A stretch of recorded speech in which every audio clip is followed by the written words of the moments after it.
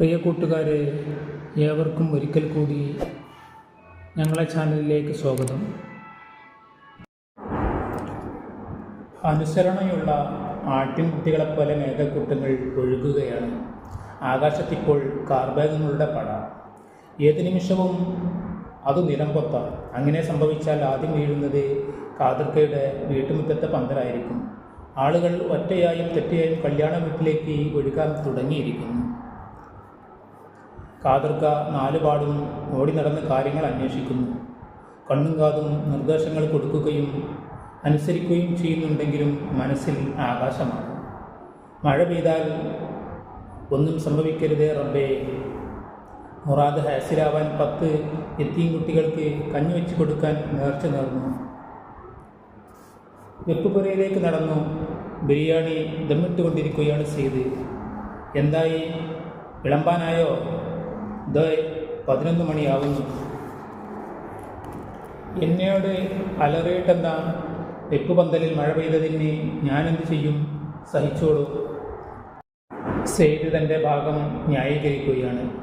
പ്രതികരിക്കാൻ നിന്നില്ല. ധൃതി അഭിനയിച്ച് രംഗം വിട്ടു. ഇന്നലെ സവാള നുറുക്കിക്കൊണ്ടിരിക്കുമ്പോൾ അവൻ പറഞ്ഞതാണ്, ഖാദിർക്ക, ഞാൻ പറഞ്ഞില്ലെന്ന് വേണ്ട, ഇത് കള്ളക്കർക്കിടകമാണ്. മഴ പെയ്താൽ. പന്തലുകളുടെ ശോചനീയാവസ്ഥ ഓർമ്മപ്പെടുത്തുകയായിരുന്നു അവൻ. ഉള്ളി മുറിയുന്ന വേഗതയിൽ അവൻ്റെ നാക്കും ചലിക്കുന്നു.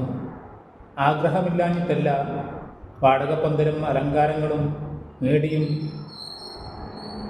മനസ്സില്ലാഞ്ഞിട്ടല്ല. കാശുണ്ടെങ്കിൽ ഇവിടെയും അലങ്കാര പന്തലുയരും. ബൾബുകൾ കണ്ണിച്ചിമ്മിത്തിറക്കുന്ന വെൽക്കം ബോർഡ് ഉമ്മറത്തുണ്ടാവും. ഒന്നുകൂടി ധൈര്യം കാണിച്ചാൽ ഓരോ ചലനങ്ങളും പകർത്തിയെടുക്കാൻ വീഡിയോക്കാരനും ഉണ്ടാകും. ഇങ്ങനെയുണ്ടോ ഇക്കാലത്തൊരു കല്യാണം? വല്ലാത്ത പിഷ്കൻ തന്നെ. സെയ്ദ് നിർത്താൻ ഭാവമില്ലെന്ന് തോന്നുന്നു. അവനെ സഹായിക്കാൻ നിൽക്കുന്നവർ അത് കേട്ട് ചിരിക്കുന്നു. എല്ലാം നിരീക്ഷിച്ചുകൊണ്ട് മാളികപ്പുറത്തെ ജനാലക്കൽ 2 കണ്ണുകൾ പ്രത്യക്ഷപ്പെടുന്നു. ലൈല മോൾ. അവൾ എല്ലാം കാണുന്നുണ്ട്, അറിയുന്നുണ്ട്. അവളെ പടിയിറക്കിവിടാൻ ബാപ്പ സഹിക്കുന്ന വേദനകളൊക്കെയും ആ 18കാരി തിരിച്ചറിയുന്നു. ലൈലമോളുടെ കൂട്ടുകാരികൾ ചുറ്റും കൂടിയിട്ടുണ്ട്.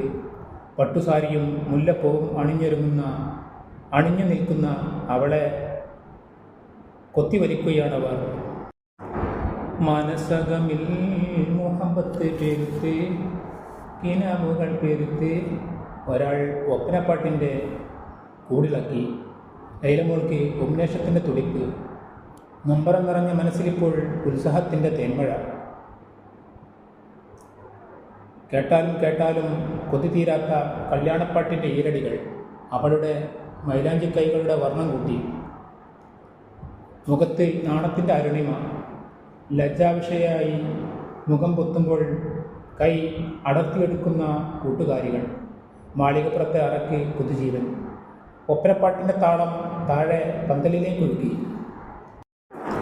ബിരിയാണിയുടെ മണം ആസ്വദിച്ചിരുന്നവർ വാ പിളർത്തി മേലോട്ട് നോക്കി. താഴെയുള്ള പെണ്ണുങ്ങൾ ധൃതിയിൽ കോണിപ്പടി കയറാൻ തുടങ്ങി. അകത്ത് കൂട്ടുകാരികൾക്ക് നടുവിൽ പുതുനാരി മാറിവരുന്ന പാട്ടുകൾ. കൈകൊട്ടിപ്പാട്ടും പുറത്തിപ്പാട്ടും കല്യാണപ്പാട്ടും മാളികപ്പുറത്ത് തനതായ ശൈലിയിൽ. ലൈലമോൾ, നീ എത്ര ഭാഗ്യവതിയാണ്. നീ കണ്ടില്ലേ നമ്മുടെ പുഴ, കുന്തിപ്പുഴ. അതിനപ്പുറം ഏതാനും വാരാകലെ നിന്നെയും കാത്ത് മണവാളൻ സ്വപ്നം നെയ്യുന്നു. ആരോ തൻ്റെ കാതിൽ മന്ത്രിക്കുന്നത് പോലെ. നാണത്തിൻ്റെ പട്ടുമെത്തയിൽ നിന്നവൾ എഴുന്നേൽക്കാനായില്ല. പുറത്ത് കല്യാണപ്പന്തൽ സജീവമായി. ചോറ് വിളമ്പാൻ തുടങ്ങി. പാത്രങ്ങൾ കൂട്ടിമുട്ടുന്ന ശബ്ദം, ആളുകളുടെ കലപില. കൂട്ടുകാരികളുടെ കൈകളിൽ നിന്ന് ഒരു നിമിഷം മോചനം കിട്ടിയപ്പോൾ ലൈലമോൾ തൻ്റെ പ്രിയപ്പെട്ട ജനാലക്കരികിൽ വന്നു നിന്നു. അവൾക്കിപ്പോൾ പുഴ കാണാം. വെള്ളം മൂടാറായ ആനക്കല്ല് കാണാം. പുഴയുടെ മധ്യത്തിലാണ് ആനക്കല്ല് നിൽക്കുന്നത്. നീന്തിപ്പടിക്കുന്ന കാലത്ത് തന്നെ അവൾ ആനക്കല്ലിനെ തൊട്ടിട്ടുണ്ട്. അതിൻ്റെ ഉച്ചിയിൽ കയറാൻ കൊതിച്ചിട്ടുണ്ട്. പിന്നെ നീന്തലിൻ്റെ ബാലപാഠം കഴിഞ്ഞ് പെർമിറ്റ് കിട്ടിയപ്പോൾ അവൾ ആനക്കല്ലിൽ കയറിയിട്ടുണ്ട്. ഇടവപ്പാതി കഴിഞ്ഞ് മഴ കനത്ത് പെയ്യുമ്പോൾ കുന്തിപ്പുഴ കലങ്ങിമറിയും, ഇരുകര നിറഞ്ഞൊഴുകും. അന്ന് കടത്തു തോണി ഒരാൾക്ക് വിലങ്ങില്ല. തണ്ടുവലിക്കാൻ ആളെ നിശ്ചയിക്കും. ശ്വാസം അടക്കിപ്പിടിച്ചാണ് ആളുകൾ യാത്ര ചെയ്യുക. ഒന്നിളകിയാൽ, ഒന്ന് പിഴച്ചാൽ അതോർക്കുമ്പോൾ വല്ലാത്ത പേടിയാണ്. കര കവിഞ്ഞൊഴുകുമ്പോൾ ആനക്കല്ല് മൂടും. അപ്പോൾ തൻ്റെ ജനാലക്കൽ വന്നു നോക്കിയാൽ കല്ലിൻ്റെ ഭാഗത്ത് ചൂഴി പോലെ കാണാം.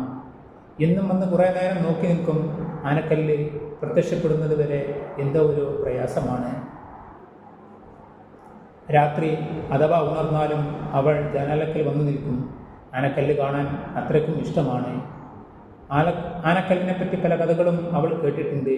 രാത്രിയിൽ അതിനു മുകളിൽ കുറേ പേർ വന്നിരിക്കുമത്രേ. ഈ പുഴയിൽ വീണു മരിച്ചവർ, അവർ കുറേ നേരം സംസാരിച്ചിരിക്കും. പലരും കണ്ടു പേടിച്ചിട്ടുണ്ടത്രേ. പക്ഷേ ധൈര്യമോൾ മാത്രം ഇതുവരെ അങ്ങനെയൊന്നും കണ്ടിട്ടില്ല. തൻ്റെ വിവാഹം നിശ്ചയിച്ച രാത്രിയിൽ അവൾ ആനക്കല്ലിന് മുകളിൽ ഒരു രൂപം കണ്ടു. കറുത്തു തടിച്ച് തലയിൽ വട്ടക്കെട്ട് കെട്ടി ഒരാൾ ഇരിക്കുന്നു. അതൊരു തോന്നലാണോ?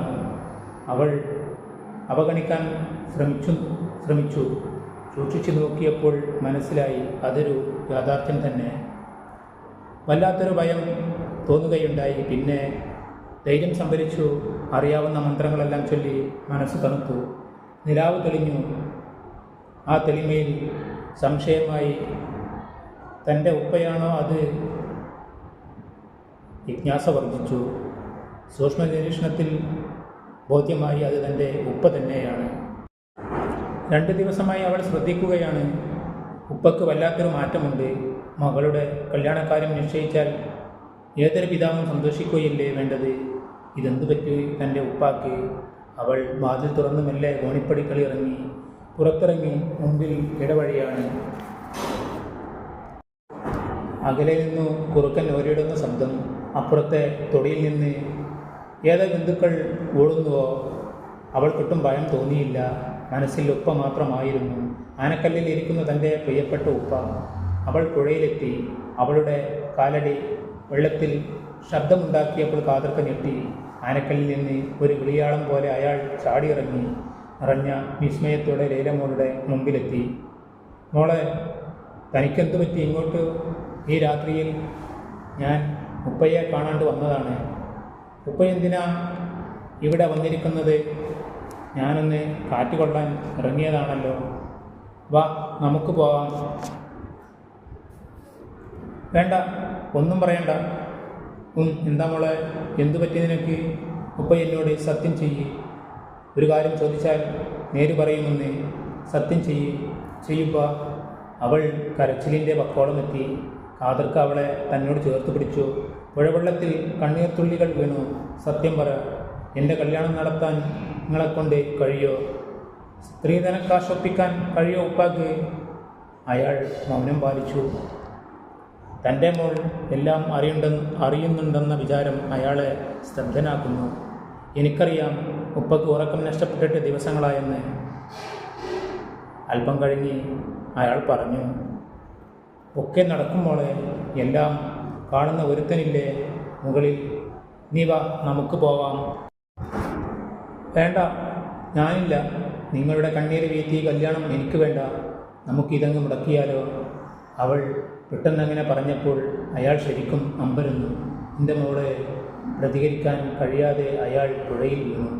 ലൈലമോൾ നിലവിളിച്ചു. വീട്ടിൽ പ്രകാശം തെളിഞ്ഞു. ആരൊക്കെയോ ഓടിയെടുക്കുന്നു. ബോധരഹിതനായ കാതർക്കയെ അപ്പോൾ തന്നെ ആശുപത്രിയിലേക്ക് മാറ്റി. Heart attack.